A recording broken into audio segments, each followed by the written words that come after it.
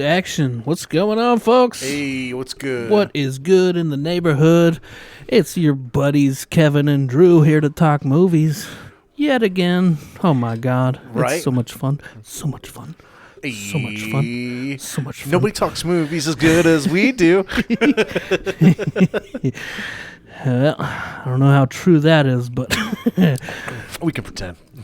yeah, my pick for this week is fucking directed by Sean Penn, actually. Did you realize that? Yeah, I saw that in the Into the the notes. Wild, yeah. It's a pretty cool movie.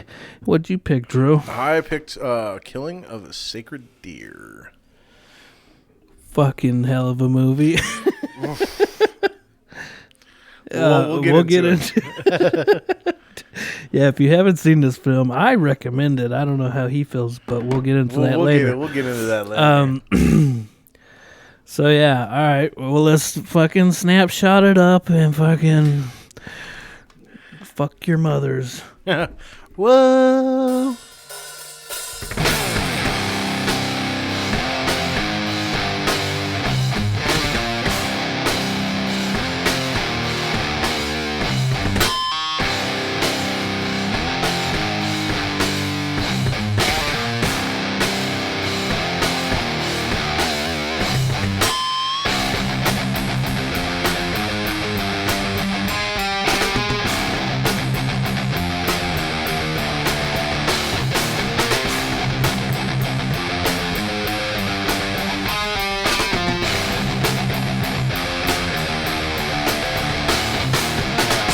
To the moon, To the moon. Alice.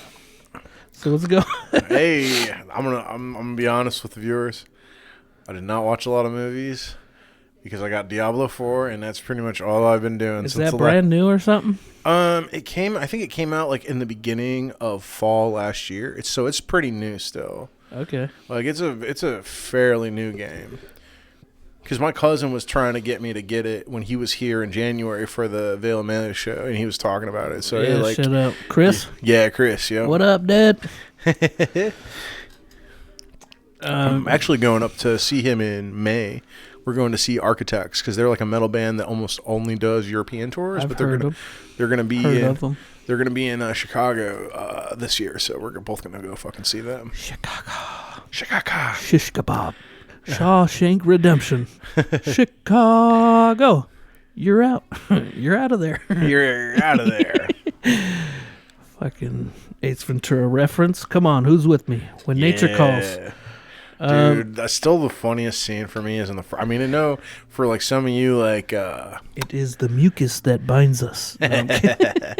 but it's in the first movie, and it's like, you know, some people would say it hasn't aged that well, you know, all the Oh yeah, there's a lot of there's a lot of like pretty dated like trans jokes in that movie. Yeah, so sure. there's probably, I'm sure, people that would get super offended by it. But dude, the scene where like he finds out that the girl he was banging used to be a man. Yeah, Finkel is Einhorn. Yeah, and he's in the shower like scrubbing himself, and then he starts crying. That scene makes me laugh so because he just like it's like ugly crying. He's It's like like a scrubbing hard. his It's like tongue a and shit. hard sobbing. Like, and that scene makes me laugh so hard. Yeah. Every time, it's so funny.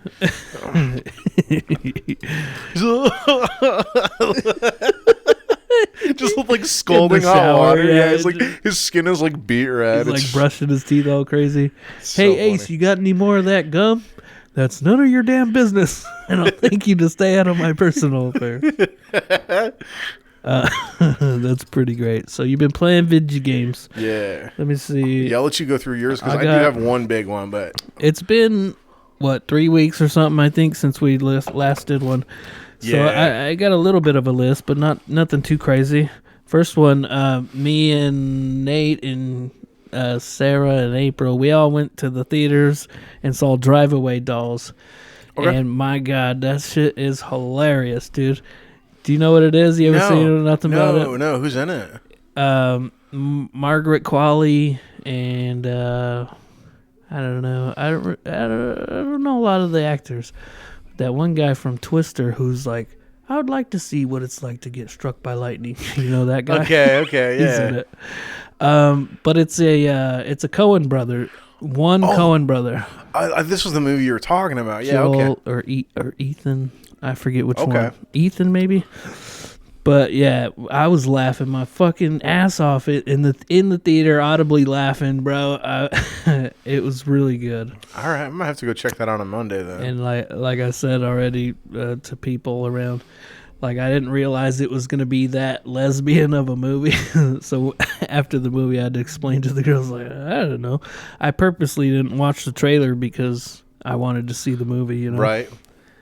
My next one is 500 Days of Summer. Do you know that one? It's I think is Joseph that the one? Yeah, Gordon-Levitt. I know of it. I don't think I've never seen it before. And Zoe Deschanel.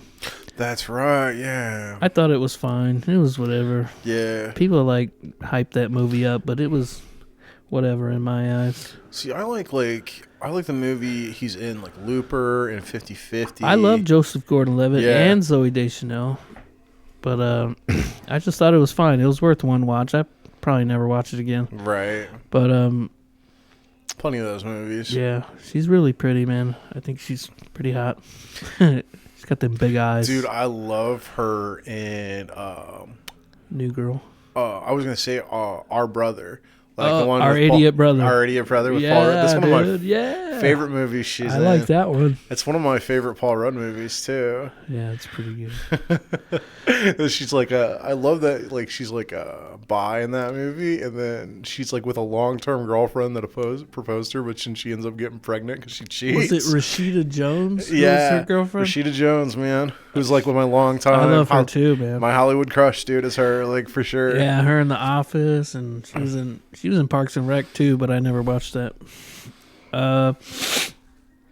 Sorry if I'm breathing all heavy on the mic. It's going through a situation. Yeah, I'm all fucking gunked up, man. This ear doesn't work. My nasal passages Your snozzer. aren't super great. Snozzer's all blocked up. The next one I watched was a Tim Burton movie. Okay. Me and Sarah watched it together. Big Eyes. Do you know that one? Big Eyes? No. Yeah, it's got fucking... Is it newer? I think it's like 2014 or something. Okay, yeah, I kind of just quit watching his movies like mid-2000s. Yeah, it wasn't great. It's another one where I'm like, it's fine for one watch, you know? I feel like I was right, 2014. Cool. aside from like Dark Shadows, I feel like all his movies after like the Planet of the Apes movie he made in like early 2000s. Wait, you liked Dark Shadows? I do like Dark Shadows. I think it's funny. I don't think I ever sat down and watched it, but I've seen it in my peripheral. Like, I think Sarah might have been watching it. I think it's entertaining. Like, it's not a good movie, but I think it's funny. So this one had Amy Adams, who I love. She's great. Christoph Waltz, who's also great. Yeah, he's awesome. Inglourious Bastards and shit. But, and Jason Schwartzman, he was in there. It's a great cast, but like mediocre movie, huh? Yeah, mediocre. I just don't think Tim Burton, like, his old shit is great. Yeah, I But think maybe that's because I was a child at the time. I think it's because, sometimes people like hit their peak right when they're young, like they hit like their stride. And so he made all these like great movies, like the first Batman movies he made were great. Like Edward Scissorhands is a great fucking movie. Yeah. The Nightmare Before Christmas, Beetlejuice. Beetlejuice, like he just made he just was making banger after banger. He could do no fucking wrong in like the late 80s, early 90s. And then it's just like he just kind of never evolved. He just kind of kept that style. People say Big Fish is really good, but I've seen it once. I need to give it a rewatch. It's been a really long time. See, I loved that movie as a kid. And then when I went back and rewatched it, I was like, this movie's kind of boring. It's like not actually that good. It's like Ewan McGregor. Yeah, so Tim Burton. Good time. Oh, that new Beetlejuice is coming out. I'm skeptical. Yeah, me too. It's not But- going to be good. It's got Jenna Ortega and I think Winona Ryder and fucking Michael Keaton are Both coming come back. back, yeah. I will only see it because Michael Keaton is in it, and I will love watch that guy. I will watch any movie he is in. Dude, Birdman. Dude, I kind of want to pick that movie for the podcast at some point. I watched it not too long, maybe like half a year ago. So yeah, maybe when I guess we can just tell the audience now. I'm gonna be taking a hiatus for like a month to sort out some personal affairs. But I'll be back, and maybe Are you gonna miss Drew? Let us know. It's like a bunch of fuck that guys. Like they're like, thank God, thank God he's taking a hiatus. Can't fucking stand that guy talking. Yeah. No, I fucking love these episodes, and I do hope you come back. Oh, yeah, dude, I'm going to come back. I just got to sort my personal shit out. But we will be picking new movies at the end of this for when he comes back. He's just going to let me know when that will be.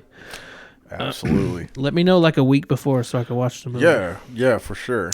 A couple more Poor Things, bro. That new, we're doing Killing of a Sacred Deer. It's the same director, his newest movie. With Emma Stone and fucking Mark Ruffalo. I do like both of them. And Willem Dafoe also. Do you know this movie? You haven't seen the trailer or nothing? It is wild, bro. It is so... Because, you already know Killing of a Sacred Deer is a wild movie. I know all about that movie now. But, this one... And Emma Stone won Best Actress on this because I did watch the Oscars because I'm gay like that. And I think she's deserved it, man. I don't know if you want me to tell you what it's about or not. Go ahead, man. It's basically, basically the start of the movie. Willem Dafoe is like he's kind of like a Frankenstein style, like a scientist and shit. Emma Stone, committed suicide, right? And he takes her body, and she was pregnant at the time.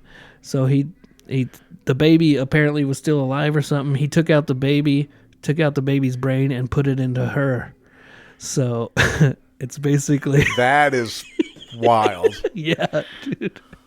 And it's wild movie, dude. It's crazy. It's basically her experiencing the world as a grown person with a child's brain. Damn. Yeah, it's wild. Anyway, so I definitely recommend that one, but there's a lot of nudity, a lot of sex, so just be warned. But I also thought it was really fucking hilarious, dude. I laughed audibly a bunch of times during that movie. And since I was on the Yorgos movie trip, I watched one of his older movies, Dogtooth, which was another super fucking weird movie. It's got to be, as far as the movies I've seen from him, it's probably bottom of the list, but I do got to give it another watch. I've been told to watch The Lobster. Everybody tells me it's funny. See, that one's like next to last on my list. I like Killing of a Sacred Deer and I like Poor Things. Those ones are way up there. But I do got to see, I've only seen those other two once. So, and Killing of a Sacred Deer, it took me a couple tries to really fucking cement it into one of my favorites. Okay. Dude, I really like it. Okay, cool. I just watched Spaceman, that new Adam Sandler. Okay. It was fine, I guess. I felt like it was trying too hard to be deep and fucking emotional, and it was in a sense, but see, felt a little heavy-handed. I like him. My favorite movies of his are when he just plays like the down-to-earth person that he is, right? Sure. Like when he, like that movie I talked to you about where he plays like a basketball scout. It's called Hustle. Yeah, Hustle. I think that's a great movie. Like it was. I think it's really. I'm reluctant to put it on just because I'm not a sports fan, but I still might like it.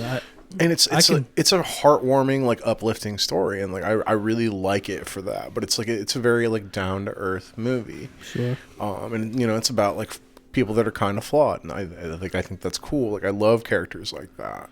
It's kind of the same thing with his movie like Big Daddy, and even like his more serious like Punch Drunk Love, like shit like that. Like I just like, I don't know. I think he's just better like being like a more down to earth type person. You know what I mean? Like I think his comedies have kind of gotten to a point where I'm like, I don't really want to see him do like silly hijinks that he was doing in fucking Billy Madison and Happy Gilmore. You know what I mean? Yeah. Those movies are hilarious and they're kind of timeless. They still hold up. They hold up, but it's like you know, now that he's in his 40s and 50s, I was like, I don't want to see you doing the same shit. You know what I mean? I guess, yeah, you got to evolve, you know, as an artist, as a fucking look at Robin Williams. actor. Like, he was like a comedic genius for a long time, and then he started doing like these fucking banger, like serious roles. Did you see 1 Hour Photo, bro? I did, dude. That was he was wild. And he was so scary in it. Like, yeah, he's so good. Creepy as fuck. Last one, Dumb and Dumber. I saw you posted about that. Classic. Yeah, it is a classic. Fucking love it. It never fails to make me laugh. Dude. And it's just, and it has heart, like I said in my post, man. Just that scene when he's like, I want to go somewhere. We know someone who can plug us into the social pipeline. He's like, I'm sick and tired of having nobody. You know, Yep. that whole...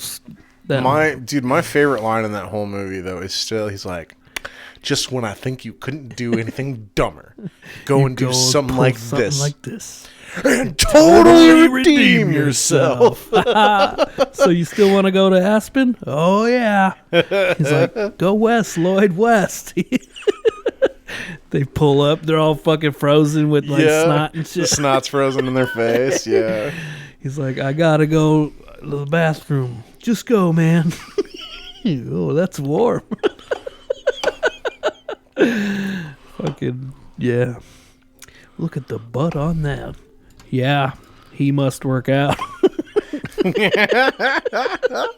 That movie's so fucking timeless, man. Classic. All right, let's get into a movie, brother. I was gonna say, I'll just say real quick. I did watch one movie. I watched the new Dune movie. I went in the theaters and Dune saw 2? it. Yeah, I really liked it too. I thought it was good. I've been hearing good things. I heard the first one's kind of slow. It's because it's like more world building than anything. It's kind of like setting everything up for the next, because it's gonna be a trilogy. Yeah. But yeah, let's. I do like Chalamet. I wanna. What did you go to theater for that? Yeah, dude. Nice. Saw it in like Dolby Digital. I didn't go to IMAX because like the seats were kind of shitty for it, so we just went to like Dolby Digital for it. They're about to have fucking Ex Machina in IMAX again. Oh, dude, I will go with you. There's a couple of movies that they have set up. Oh, I will go with you. I think it's on a Wednesday though, which I have to work. Fuck. See, I don't work on Wednesdays, so maybe I'll call in. Oh, you don't have any like, Ex Machina? You don't have any paid time off? I do got some build up, but yeah. Yeah, take a fucking vacation day. Fuck them. Like, they treat you like shit I'd anyway. do. I think it's next Wednesday or maybe the Wednesday after that. But anyways, yeah. Which one do you want to get into first? Let's do Into the Wild first. Sounds good. Into the Wild is a 2007 adventure drama. Director Sean Penn, which is kind of surprising. I don't know how much he directs, but this one's pretty good. We got a 83% on the Rotten Tomatoes, 89 audience. Pretty good scores. Pretty good. I'm gonna say this about this movie. It's kind of funny because it's kind of like a parallel to Killing of a Sacred Deer, like which we're gonna talk about later. So? It's a parallel for the reason that I didn't think about any connections. It's a parallel for the reason that, like, in this movie, it's like, you know, he meets all these strangers, but it's like uplifting, like they're good people. It's like it like makes you want to have hope for humanity. Catherine Keener, and then Killing of a Sacred Deer is the opposite. And I'm like, oh, humanity is dog shit. Like, you know what I mean? It's like they're like totally different. Like it's like a polar opposite sides of the spectrum. Yeah, a polar opposite vibe. It's like, oh man, like look at all these cool people. Like everybody he meets, like is like fucking cool. You know what I mean? Did you just watch these like today or yesterday? I watched part of Into the Wild and then I had to cut it off and I watched. It's kind of long. Yeah, and then Killing a Sacred Deer I watched on Tuesday. Nice. A couple of taglines. Take a journey into the beauty, into the danger, into the wild. And then the other one is just lose yourself. Yeah, this movie's it's gorgeous. You know, there's a lot of panoramic fucking beautiful scenes. You know, it's like open, wild Alaska and shit. It's pretty cool. It kind of makes me want to visit Alaska, but I've always wanted to go to Alaska. Really? I don't like cold places. Me neither. But man, it looks beautiful. It does. It looks gorgeous. I'm going to Oregon soon. Oh, no shit. Well, yeah, Pacific Northwest, bro. I'm Cool, man. trying to go see some fucking... We might go see Mount St. Helens and shit in Washington and shit. Nice. Be cool. One thing about this movie is the soundtrack, did you know, is done by Eddie Vedder.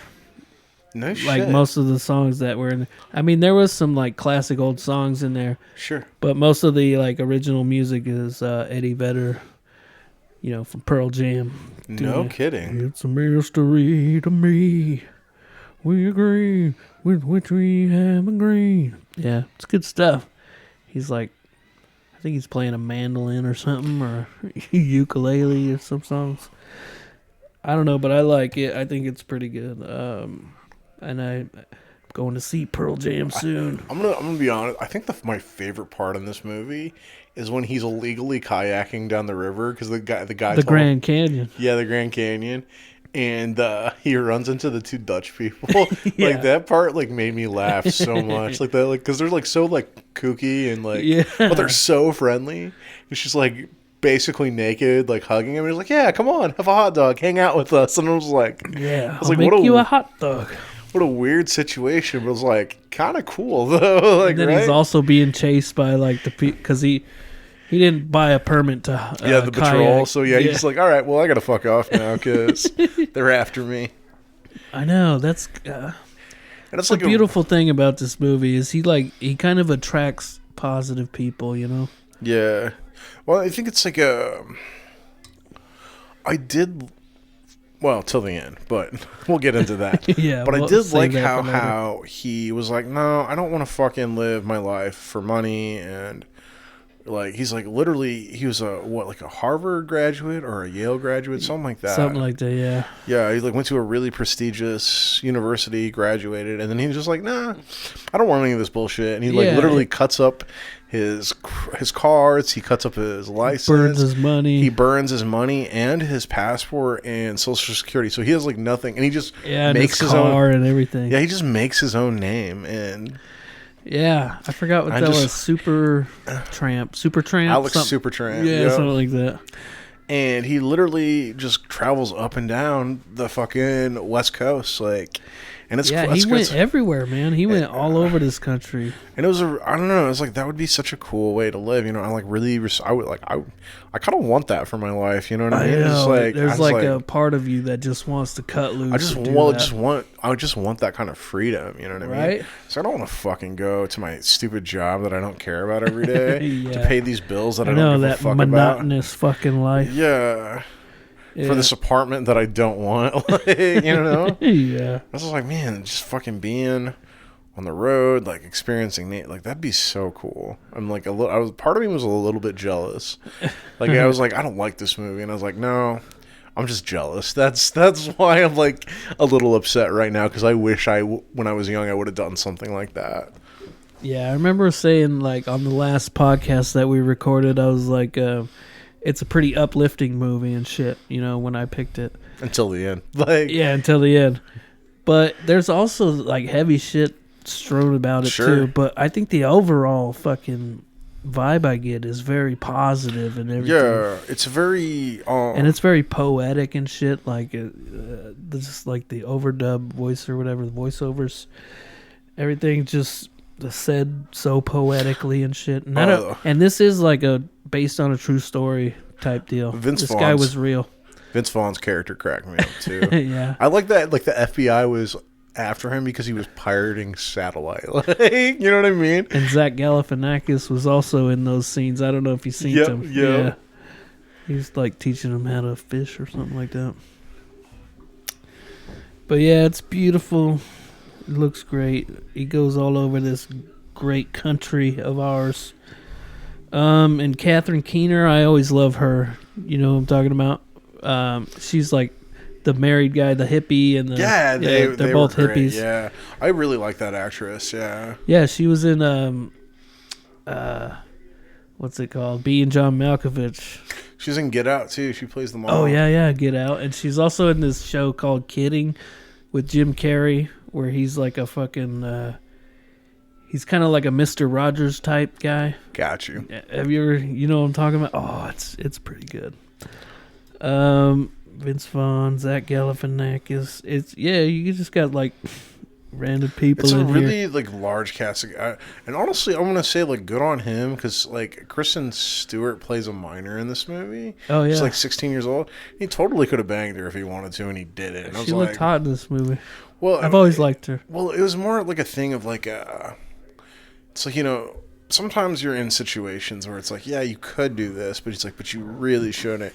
And I think like really, I like that. Like, I know she tried to lie about her age too, a couple of times. Well, I think I liked that the main character never broke from his moral code, right? He like always had this very like strong sense of morality. He's like, no, like all this shit is meaningless. And like in that moment when I was like, oh, okay, they didn't do the gross thing. Like he was like, no, you're too young. He's like, but we can still go do something cool together. And I kind of really like that too. Yeah, they played some songs together or whatever. That was nice. And they also, that older guy, they were like, they were kind of hanging out with him. He's like, I don't really care about money. He's like, I've got my trailer. Yeah. He's like, I live in the middle of the desert, but he's like, I like my life. Nobody tells me what to do. Dude. I was like, it's kind of nice. It's really kind of inspiring in a way. And yeah, I agree. It's like it's kind of like, it's an inspiration to go like, be the person you're supposed to be. Yeah, like, to live just your, go like, fuck off. Like just be your authentic self. Sense, Yeah. So I liked it for that. Yeah, so this is my second time watching. Let me see what I wrote here. I guess what I remember most from the first watch was just all the people's lives he touched and his relationships and the adventure. You know what I mean? It's fucking nice. And that old guy, towards the end, the old guy was driving him up to the camp, and there was like a nudist colony or something. He's like, they leave me alone, I leave them alone. And what does he do? He ends up staying with them for a little bit. He was a leather tanner, so he he taught him. He was teaching them like the leather trade. That's right. He also was like, I will adopt you as my grandson. Yeah, he wanted to do it, and he was like, when I get back from Alaska, which is his whole goal in this movie. He wants to go to Alaska and just live in the fucking wild, bro, and then he finds out how fucking hard that is, like especially when you don't know what you're doing and you're not used to being in a super cold environment like that. But he read a lot. He was like researching everything. He really did. But that's did some due diligence, I think that is a thing about this movie though that's like also like kind of a good point, is like just because you read about something and have knowledge about it isn't the same as having experience doing it. That's true. And and unfortunately he learns that the hard way, because like that's the whole thing, is like he ends up becoming desperate because he can't salvage enough food, or the food he does have he can't manage to forage. He's like, because he can't forage stuff because it's too cold, and then he doesn't know how to properly store the meat. So that fucking part was brutal. Yeah, he kills a moose and shit, and basically all the fucking meat spoils, bro. Even though he tried to like build a fire to smoke out all the flies or whatever, and still got rotten. Yeah, so he ends up finally in Alaska, and he finds this bus randomly, right? Yep. And he ends up like fucking making it his home, trying to forage, trying to hunt, trying to. Well, that's the problem too. Is like when you get desperate, you make a lot of mistakes. Like, and I know that from experience because I've been in. And he was like weak and starving. Skinny as hell. So his body transformation in this movie, fucking insane. And it kind of reminds me of Christian Bale in The Machinist. Right. I'll probably never watch that one again. Yeah, that's a rough movie, man. It's a bit rough. It's a rough movie, but it's the same thing where it's like he literally like just lost so starved much weight. Himself, bro. Yeah.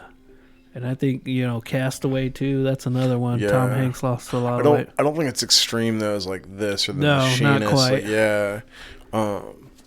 But yeah, it's like when you get that desperate, you make mistakes, man. And unfortunately, it ends up costing him his life in the end because he ends up eating stuff that he foraged and it's poisonous. Yeah, dude. He gets super sick. What did it like resembled something else that was edible, but something like that, where he ate the wrong thing and just had a painful fucking terrible death. Didn't throw it up in time, and so now he's just like digesting all this poison Agonizing shit. Yeah. fucking death. Yeah. That was brutal.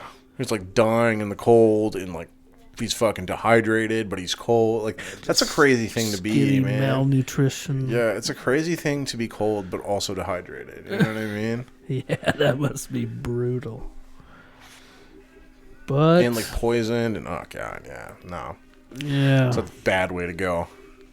That's the big fucking bummer of the movie is right at the end. Yeah. And he fucking dies like that. Spoiler alert, but yeah, it's kind of a beautiful movie. Till the end. You got anything else to say about it? I don't know. No, man. I wrote down the notches on his belt, but I don't remember. Oh, it's because when he makes the belt, it's essentially like the his whole journey. Yeah, it's like about his whole journey. Yeah, I thought that was kind of cool. That was neat.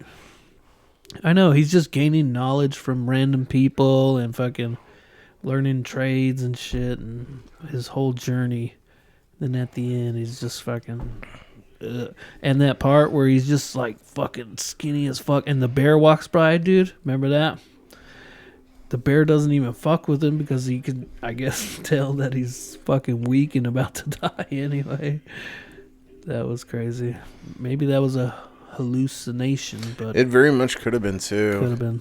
It's like when you're dehydrated and poisoned and shit. Like, but it is Alaska, you know. Yep. So very true. Those motherfuckers do have a bunch of bears. Yeah. Well, I guess we'll fucking rate it if you're ready. Yeah, I'm ready, man. Rewatchability? Yeah, I'll give it a couple years maybe. Yeah, it's kind of a long movie.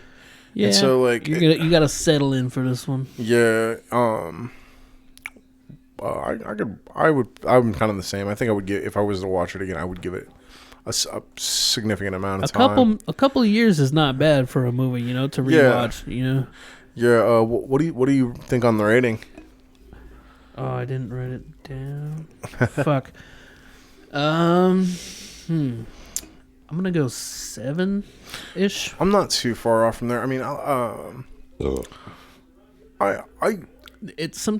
like the characters a lot, and so sometimes it seemed a little heavy-handed, or I don't know if that's the right term, but it seemed a little gay. No, I'm kidding. There's some scenes that just. There's some scenes that just kind of drag on and for like no reason really. It's just like really for like that kind of like that art house effect, you know, like for the cinematography. That's kind of what for that reason, like I give it like a 6. 6. I'm sitting at like a 6 for this one. Not too shabby. Yeah. Now we're gonna get into the killing of a sacred deer. Yeah. Let me take a quick break. Yeah. I'm gonna grab a beer. Okay. You want one? Yeah, I'll take one. Take a quick whiz. Right here, baby. It's camera time. What did you think on the Wizard? Dude, I was just about to say that. What I thought about was Sean Penn and how he directed that movie. What's your favorite Sean Penn movie? That's actually what I thought of. Oh shit. Fast Times at Ridgemont High. Spicoli, bro. Oh man. He was funny as a stoner. Yeah, he was, man. What is my favorite Sean Penn movie? Mystic River? I never saw it. No, I wouldn't pick that one. I actually really like him in the movie Colors. It's also got Robert Duvall in it. It's a movie about cops and gangs. I saw that Harvey Milk movie. Oh, yeah? It was whatever. It's fine. Yeah. All right, let's get into the killing of a sacred deer, bro. Oh, man, this movie. It's so wild. Let me just say right up top, isn't it partly the name that intrigues you? It was that. It's an intriguing name, title. The name caught me, and also the premise, right? Yeah. Like, so. Did you know the premise going into it? You kind of told it to me, and so I'm going to. The spoilers for everybody. So the premise of the movie is that the heart surgeon, played by Colin Ferrell, killed this young boy's father while operating on him. and he later gives him an ultimatum, to which he has to decide which of his family members to kill to atone for his sin. Yeah, the kid whose dad died gives Colin Farrell the ultimatum of one of his kids or wife has to die. I love the premise of the movie, so I got hooked because of that. But I was hoping he'd kill Nicole Kidman because I hate that bitch. Just kidding. Well, it's famously known that I don't care for Nicole Kidman. She's a really flat actress, I feel like. Especially, when you go to AMC and you see her stupid face before the movie, you're like, do you know what I'm talking about? Go back to Australia. Is she Australian? I think so. But I mean, I love this movie, so that says a lot. I hate Nicole Kidman, but I love this movie. I do not love this movie. You gotta give it another go. Maybe I gotta get something off my chest though. All right, good. So the first thing about this movie, when I started watching it, like 20 minutes in, I actually had to stop it and turn it back on because I thought the dialogue. The dialogue was fucking me up, dude. Isn't that? See, that's what fucked me up the first time, dude. Because of the rhythm and the fact that it's all monotone, like there's no emotion to the way they speak, and it really, like, as more time went on, it just bothered me more and more. You got to get over that, dude, because that fucked me up first time too. I'm being honest. We have like the same reaction, but the more I watched it, dude, that movie is fucking crazy. And did you look it up at all? Why he did that? No, because he did that so you weren't being biased on one party or another, if you were so you wouldn't be fucking swayed in a way, right? So there's no kind of emotion attached to all this scenario that you're kind of on the fence, or I don't know. What did you? I think that did you root for either character? Not really, because that's the thing about this movie is all people in this movie are, by all accounts, I would say, except for like the son. The son didn't really do anything wrong. He didn't really deserve what happens. We'll get into that. Yeah. But by all accounts, everybody else in the movie is really kind of a fucking terrible person, right? Because on the one hand, I was like, I understand the kid, but it's like, I don't know. It's like, really, to me, and maybe I need to watch it again. You do, but it's a multiple watch This is movie. The very weird thing is he essentially tries to replace his dad with Colin Farrell, right? He's trying to Barry Keoghan's character. Yeah, Barry Keoghan's character, because his mom is Alicia Silverstone, which is still hot. Like, yeah, I like her. It's just funny because he tries to basically get him to fuck his mom and like be his new dad. Yeah. And it's like he's just trying to replace his dad with Colin Farrell. But when I find this is the part where I'm just like, he's like, you killed my dad, so now you got to be my dad. Basically. Yeah. Kind of. But when that doesn't work, he's like, okay, well, if you won't be my dad, you got to kill one of your kids. Like, so just like his motivation is, I feel like it's kind of shallow. You know what I mean? Like, it's like, you're not really doing this for revenge. You're kind of just a bad person. But on the same time, though, so we're gonna get into big spoilers here. Yeah. Colin Farrell's not a good person either. He was fucking drinking on the job, and he's a fucking surgeon. Like, it's like something you're not supposed to do. Oh, of course not. And it's just like, would you want your surgeon drinking? Well, and it's just like it is heavily implied that this was like a surgery. He could have saved this guy, and he fucked it up because he was kind drunk. of blamed that other guy, the assistant, whatever that guy. He blamed the anesthesiologist. Right. And it was funny because they both say the same thing. It's like, oh, it's never the surgeon's fault. It's the anesthesia. But they say it in that fucking monotone way, and I'm just like, I know. Yeah, you gotta get over that, dude. I know it's hard to get over that. It's hard. I could. But now. Well, and this is the other reason, like, because I think this is the aspect of the movie that almost zero emotion. There's no emotion, which is interesting, dude. That in itself is like just a fascinating way to fucking write a movie. See how that would be captivating, but I don't know. For me personally, I just think does the situation a disservice. But I like if I table all of that, right, like that, all that, like that, this dialogue thing that really bothers me, because the rhythm of the dialogue is really weird too, right? Because I actually stopped the movie a few times because I was like, all right, maybe something's fucked up, but because like their delivery was so odd, because like it was like off rhythm. I'm like, this is strange. It's very unsettling. It is. It's very unsettling. This whole movie is just fucking balls to the wall, fucking creepy, unsettling. Make your skin crawl. Yeah, it does. I was actually, that's a perfect. Like everybody in this cast made my skin crawl. Especially Barry Keoghan. He's like, you're a little fucking bastard. And you know how much I love that guy, just as an actor. Yeah, I think he's gonna be one of the greats, dude. He'll go down. Yeah, because he's still young, man. I actually do think he was the best part of this movie. Like, really? He's like the way his line delivery, like it made more sense for him to be that way. Like, but that was the other thing that made it weird, though, because like the way he delivers it. At first, I was like, okay, this kid is just autistic, and then the more I was like, no, everybody talks. I was like, this is. Sorry, I'm still on that, but I know it's a big part of the movie. You can't just brush over something like that. It is. You're gonna have to brace it if you watch this movie. This is the part where, I like the part about the movie I like the least, though, is the supernatural element to it, where he's like, well, yeah, how's he doing it? Yeah, if you don't choose, then first your family will be paralyzed. Then they don't want to eat. They don't want to eat. And then once they start bleeding from the eyes, it's basically over. Yeah. And so it's like a 4-step thing. And Barry Keoghan's character tells this to Colin Farrell's character. He's like, yeah, you're one by one, they're gonna get paralyzed. They're gonna, like, just what you said.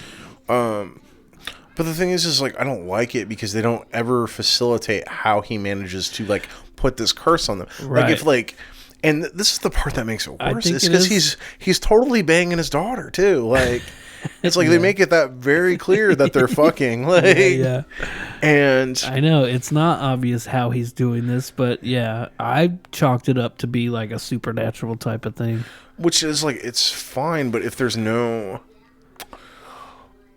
it just makes it weird because I'm fine with it being supernatural. I'm also fine with it being like he secretly poisoned them or something, you know, like some type of strange poison. Yeah, like it's fine, but without really a means to facilitate those things. That was another thing. I was like, I really feel like this, like that was the big part where it's like where I disconnected from the movie, and I was like, I don't. Because they don't get into how he's doing it. Yeah, because they know it never really. It's never explained. Yeah, and so when the decision is finally made and everything kind of ends, like you're really left with no answers.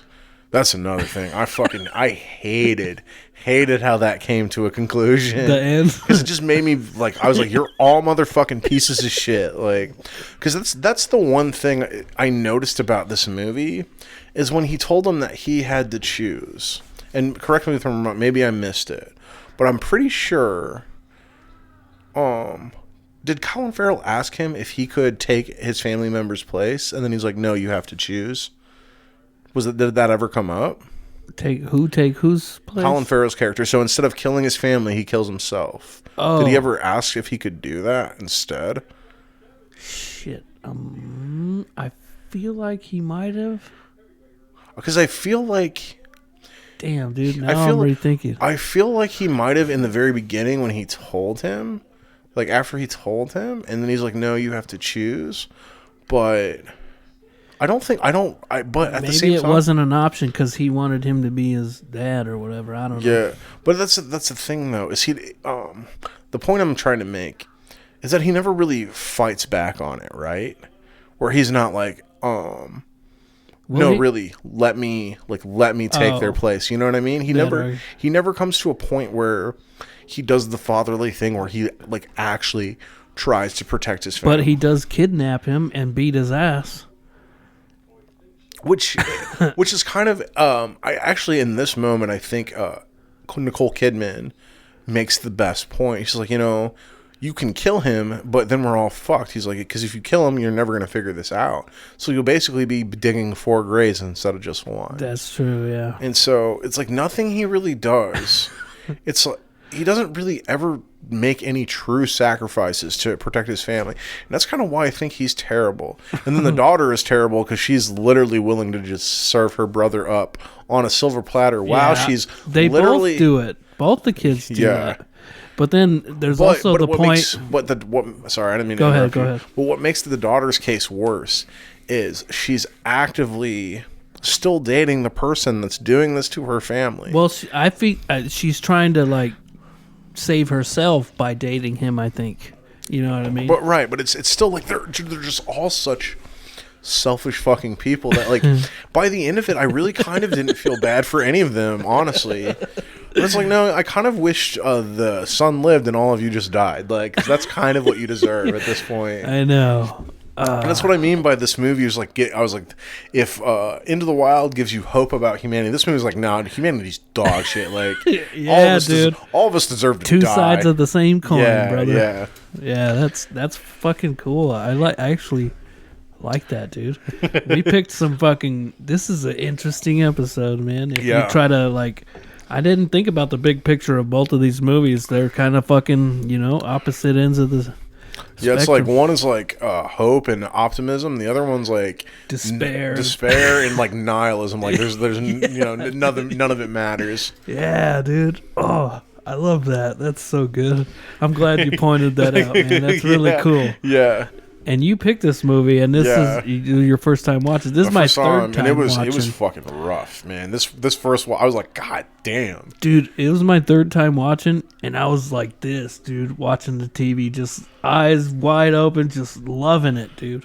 I don't know how to explain how it became good because like I said, my first watch, I was like, the fuck is going on? It kind of upset me. Like I didn't know what was going on. I had to Google shit. It's also it's kind of the same thing where it's like at every turn where Colin Farrell has the option to do because correct me if I'm wrong, but I do think there is a point where Nicole Kidman says, "You just kill me, save our children," right? Like. But he can't do it. I think there is a point where she does, because I think in the beginning.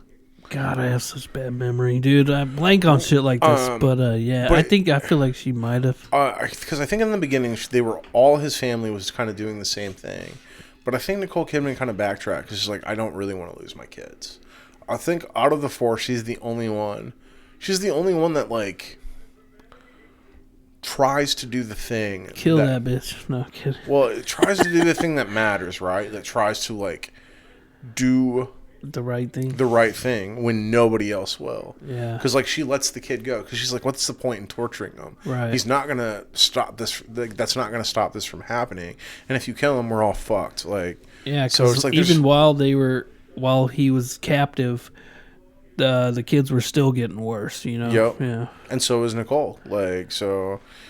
Dude, I didn't throw all this shit out yet. The Killing of a Sacred Deer, 2017 horror mystery. Director Yorgos Lanthimos, who did Poor Things. You should watch Poor Things. I'll give Poor Things a shot. It's on Hulu. I think you said you just dropped Hulu. I haven't had it for a while, but I can pick it back up. It's not a big deal. Or I bought it on Vudu if you want to use my thing. Yeah. 79% on the tomato scale, 63 audience. Not quite as good as Into the Wild, but it's up there. The audience score makes sense to me. I this is kind of a divisive movie. It really is. I'm telling you, it takes multiple watches. Well, and it's like I'm kind of standing firm on this point where like there's not really a decent human being in this movie. Well, except maybe Alicia Silverstone, but even then she's trying to fuck a married guy. Yeah, so like, dude. Yeah, so really, like everybody is like pretty tainted in this movie. But with her, at least I can be forgiving because her husband. Step back and look at it objectively. It's a pretty fucking interesting movie. You know what I mean? Yeah. If you don't get your feelings into it, which is what he tried to do with the dialogue. I feel like. Well, that's the thing is like there's at no point like where my feelings are really engaged in this movie. It's just all like my objective opinion like while watching it, and I'm just like, I don't really have a side on this one, because like at one point I was like, yeah, he should be pissed because he got drunk and fucking killed his dad in surgery. But at the same token, like, but did he know that? I don't know. He did know that. He knew he was drunk. He did know that. Like, oh, okay. Yeah. I don't remember, but this is an A24. But that's also goes back to my other point, though, where it's not like he tried to curse him and his family first. He tried to make him his new dad first. Right. So his priorities are obviously fucked up. Like, for sure, he's a weird kid. When he's just eating spaghetti and shit, dude, that part's weird. Right. Where he's like, people told me I eat spaghetti just like my dad. Then I learned that everybody eats spaghetti that way. Yeah, that was fucking crazy. The scene at the diner is interesting, where they there's no dialogue. They just like staring each other down, and then at the end, you mean? Yeah, and they put their heads down and just walk out, and he's just like staring at them as they walk out. Yeah. It's like, what a freak, man. I know, this movie just starts off, dude.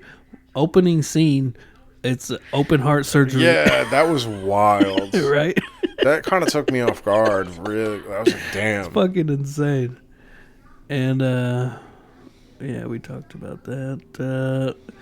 It's kind of weird, like his kink towards the beginning of the movie, Colin Farrell, it's like Nicole Kidman just like gets naked and just lays there. You know what I'm talking about? Yeah, and he like has his way with her or whatever. That's kind of his thing, which is weird because he's a guy who fucking administers like anesthesia. Well, he operates on shit. people that have had anesthesia Right? Yeah. So you gotta think he might have, done that, but it's not really implied or nothing. But just the way that she's like, she knows what he wants, and he wants her to just kind of be out of it, Just be quiet. Just be quiet. Just lay there. It's kind of a subtle thing, but like I noticed it on this watch. I was like, that is kind of weird. Dude, yeah, everything about this movie is fucking weird, man. Like, oh, how about the part where he casually mentions at that party where he's like, my daughter just started menstruating last week. That's the other thing, man. It's like everybody in this movie has autism, because they're at no point does anybody use any kind of tact, or like you never hear like internal dialogue, because you don't need to, because everybody is just super blunt in this movie. They're just like, yeah, dude. Like when Nicole Kidman is just like, you're a terrible dad. You're not doing anything to protect your children. She's like, and then she, like the daughter, she ends up mentioning it to Barry Keoghan. She's like, I just started menstruating last week or something like that. And then like, like the son, he's like, do you have underarm hair and shit? And he wants to see his fucking armpit hair and shit, all that. He's like, my dad has more than you. It's so weird. It's so dude, yeah. Weird. It's just like unabrased honesty, and it's like you never have to worry about what anybody's thinking, because they just fucking say it out loud. Yeah. It's a very odd thing. It's very odd. I didn't really think about that until you brought it up, and I was like, actually, yeah, it's really fucking weird that everybody just says exactly what's on their mind all the time. I mean, I'm a pretty blunt person, and I tell the truth, pretty bluntly a lot of the time. Yeah. But even there are instances where I'm like, yeah, I shouldn't say that out loud. Like, you know what I mean? Like, there's like it's such an oddity. Like, these people just have no social cues. They just fucking say whatever. Dude. It's really weird. Imagine a world like that, huh? Dude, I would hate that world. It'd be too much, dude. Yeah. It's like you're out in the street and you're just like, yeah, last night I fucked Bob's wife Linda right in her ass. Like, just say it like all the time. I was like, that's too much information. I don't want that all the time. You're like, yeah, me too. I got that sloppy second. I kind of got a lot. Let me come on her tits. Oh, really? I came right in her ass. I got kind of a lot of notes. Let me read this. Even some of the camera movements are kind of creepy. This is one thing I noticed on this watch. Like the camera, the angles, sometimes there's a high angle, sometimes there's a really low angle. And you'll hear them like having a conversation in another room or something, and the camera kind of sneaks into the room, almost like you're spying on them in a way, which kind of makes you feel, I don't know, alien-like or something, like you're kind of observing these weird creatures or something. Yeah. Alicia Silverstone. I said that. Dead air. Dude, that was the weirdest shit when Barry Keoghan is talking about Alicia Silverstone. She's like, what do you think of my mom? She's got a nice figure, doesn't she? I was like, that's your fucking mom, dude. Gross. Like, what the fuck? Yeah. There's no real music to this movie. I also thought about the soundtrack or whatever. The score. It's mostly just like ominous tones. Yes, dude, which is crazy and off-putting. Kind of. What's funny is it kind of made me like. There's parts that I laughed in this movie because like the dialogue is so like ill-paced. It's so off the wall. Yeah, and it's just like there's some shit like I laughed out loud when he told his son the story about how like he snuck into his dad off. And he jacked his dad off, and I was just like the whole time I'm like, what the fuck? Like what the fuck did I just hear? Now you tell me a secret. Yeah, because he was like, he was convinced that his son was like faking it or whatever. Yeah. So he was like, I'm going to tell you a secret, and then I want you to tell me one. And it says that he jacked off his dad. And his son's face is just like, like, you know. Like, I never told anyone that. Now it's his turn. His son is making the appropriate face, dude, because that's like the face that anybody would make, being told that by another person. Like, I've seen that kid in another movie, too. It's called Mid-90s, another A24. It's pretty good. It's decent. It's about, like, skate scene in the 90s and shit. This kid. Oh, man. That was a fucking, yeah. Yeah, that's a rough scene. Yeah, if you decide to watch Poor Things too, you gotta brace yourself for shit like that. You know, like just off the wall dialogue and shit like that. Is it like this kind of same kind of monotone dialogue again? Like, no, okay, no. But see, I'm fine for like crazy dialogue. It's just like the delivery is like it's so jarring on the first watch. We talked about that. Oh, Nicole Kidman jerks off the anesthesiologist. I was gonna bring that up to hear his side of the story, and he says the opposite about what Colin Farrell said. Well, the other thing he mentions up is like in those days, because it seems like Colin Farrell has stopped drinking because that happened. But how, and it makes sense too, is like the anesthesiologist is like, yeah, he had drinks that morning. He's like, which honestly, that was like, that was kind of like a light morning for him, is kind of like what he's getting at. Like, yeah, he used to do this kind of shit all the time, and just nothing bad had happened up to that point. So he was basically alluding to the fact that Colin Farrell's character had been drinking on the job for a very long time, and there were some days that were worse than others. Oh yeah, of course. I wrote down in my notes that I laugh at certain things, like you just said. Like the menstruation thing was funny, but there's the other part when they're arguing, Colin Farrell and Nicole Kidman in the kitchen or whatever, and he's like, he says we can put a stop to this whole thing by finding a tooth of a baby crocodile, or the tooth of a baby crocodile, the blood of a pigeon, and the pubes of a virgin. and burn them all by sunset. He's like, you have any pubes in here? Like, and he's just throwing shit around. That part actually did make me laugh. I feel like there was a few parts in this movie that I laughed at that I really wasn't supposed to. And this is primarily because of the way that the dialogue is delivered. I was like, I don't think I'm supposed to be laughing at this. Like, yeah, it's so odd and weird. It's like you can't help to laugh, but at some of this gnarly shit that's going on, you know? Right. Well, and just some of the shit they say. It's like an uncomfortable laugh. You kind of just like you don't know what else to do but laugh. Yeah, the him jerking his dad off. That had to have been the worst. I think that was the worst. Yeah. Oh, he starts weighing his options. Remember that part? Colin Farrell. He goes to the principal. He's like, which kid is doing better and shit. Yeah. Because he's thinking about killing one of them. That's the shit I'm talking about, though. Instead of like being like a true father and be like, let me save both of my kids. You can have my life. That he never like comes to that conclusion. He's just like, well, which one of them should I get rid of? You know. All right, last couple notes. It's definitely a weird movie, and I understand why people wouldn't like it. But I guess it's my kind of weird. It's like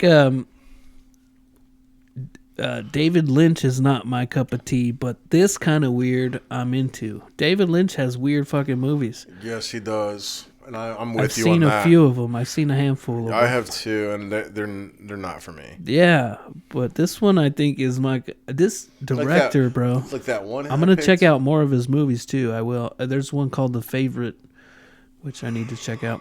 I've heard of that movie. Fuck. Oh. It's also got Emma Stone again. Yeah, so I have heard of that movie. Yeah, I need to check that out. All right, rewatchability. Are we at that point?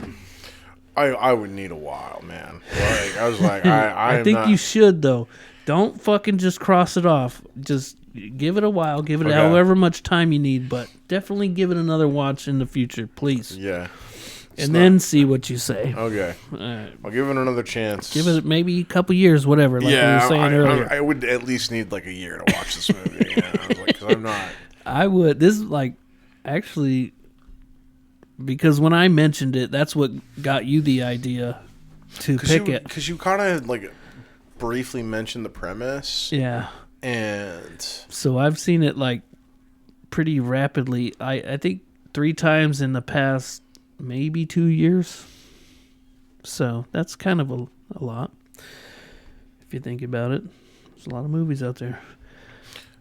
But yeah, as far as rewatchability for me, yeah, I would, whenever. Who wants to watch it? Let's watch it.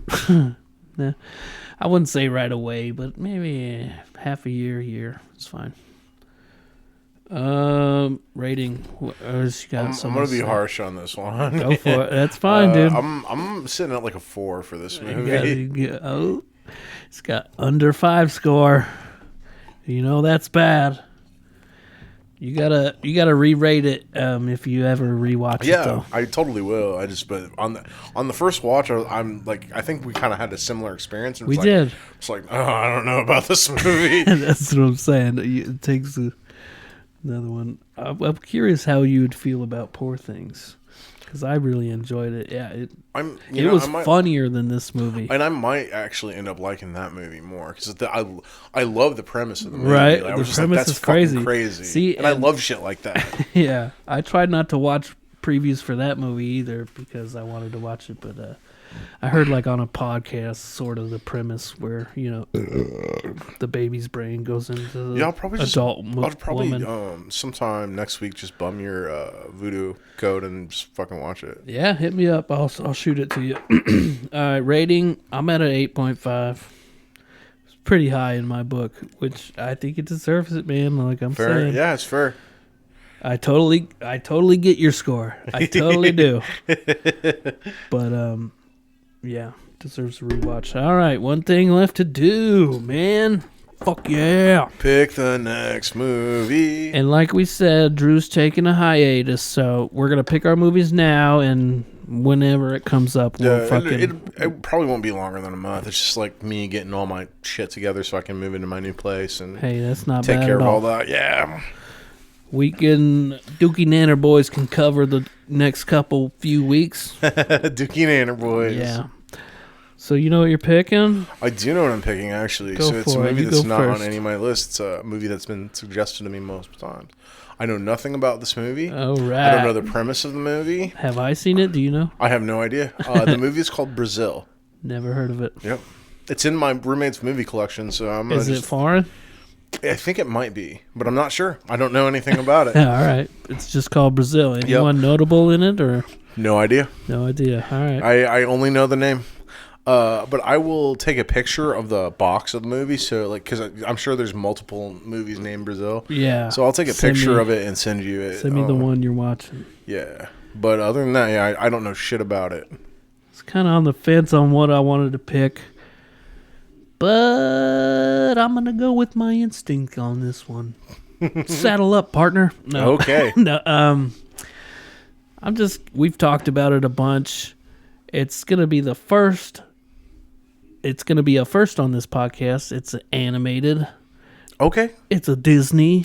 I don't think we've ever done a Disney. Okay. I'm picking Aristocats. Oh, I love that movie, dude. I'm finally picking it, dude. I love that movie. I know you do. We've gushed about that movie a lot on this podcast, so I'm finally picking it. Fuck it, dude. Let's do it. Oh, I'm excited. I love this movie. I'm the leader.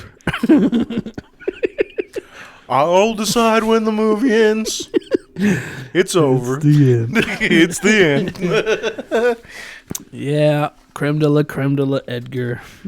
There you have it. So this might be a wild one because we don't know what his movie is. Yeah, I have no idea what movie. And everybody knows my movie, don't we? We all know it. I think it's my favorite Disney movie too. To be honest, everybody wants to be a cat. Everybody.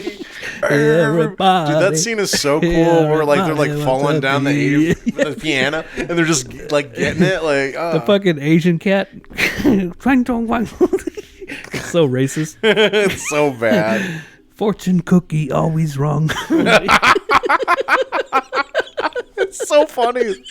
You're not a cat. You're a rat, right? You're nothing but a sister. All right.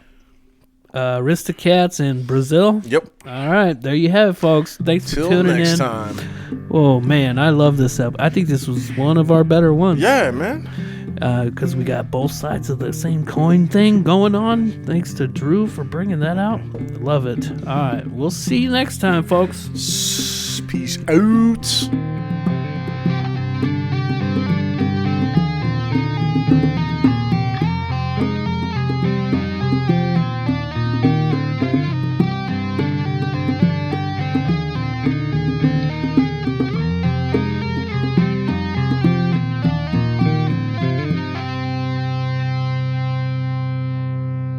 I was hoping he'd kill Nicole Kidman because I hate that bitch.